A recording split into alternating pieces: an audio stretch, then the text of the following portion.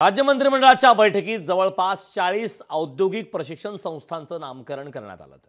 यावेळी जवळपास 40 औद्योगिक प्रशिक्षण संस्थांना समाज सुधारक आणि सामाजिक क्षेत्रात योगदान देणाऱ्या व्यक्तिमत्वांची नावं देण्याचा निर्णय हा मंत्रिमंडळ बैठकीत घेण्यात आला। या निर्णयानंतर आता बारामती तालुक्यातील माळेगाव येथील औद्योगिक प्रशिक्षण संस्था आता अनंतराव पवार शासकीय औद्योगिक प्रशिक्षण संस्था नावाने ओळखली जाणार आहे। यावेळी या ठिकाणाहून आढावा घेतला आहे आमचे प्रतिनिधी विकास कोकरे यांनी।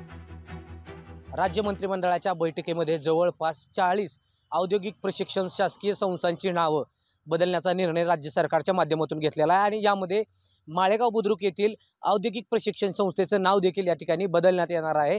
या आपण पाहू शकता, मी आहे माळेगाव बुद्रुक येथील शासकीय औद्योगिक प्रशिक्षण संस्था या ITI केंद्राच्या ठिकाणी। या केंद्राचं नामकरण आता उपमुख्यमंत्री अजित पवार यांचे वडील अनंतराव पवार शासकीय औद्योगिक प्रशिक्षण संस्था या नावाने आता हे महाविद्यालय ओळखलं जाणार आहे।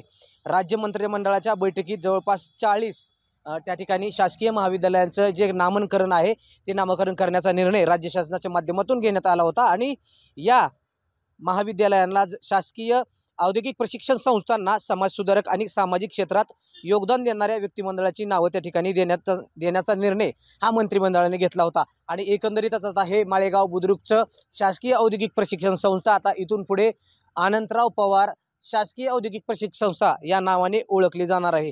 एकंदरीतच पुन्हा एकदा बारामतीच्या वैभवामध्ये एक गौरवशाली घटना घडलेली आहे आणि या महाविद्यालयाला आता उपमुख्यमंत्री अजित पवार यांचे वडील अनंतराव पवार शासकीय औद्योगिक प्रशिक्षण संस्था हे नाव देण्यात येणार आहे। विकास कोकरे, लोकशाही मराठी, बारामती।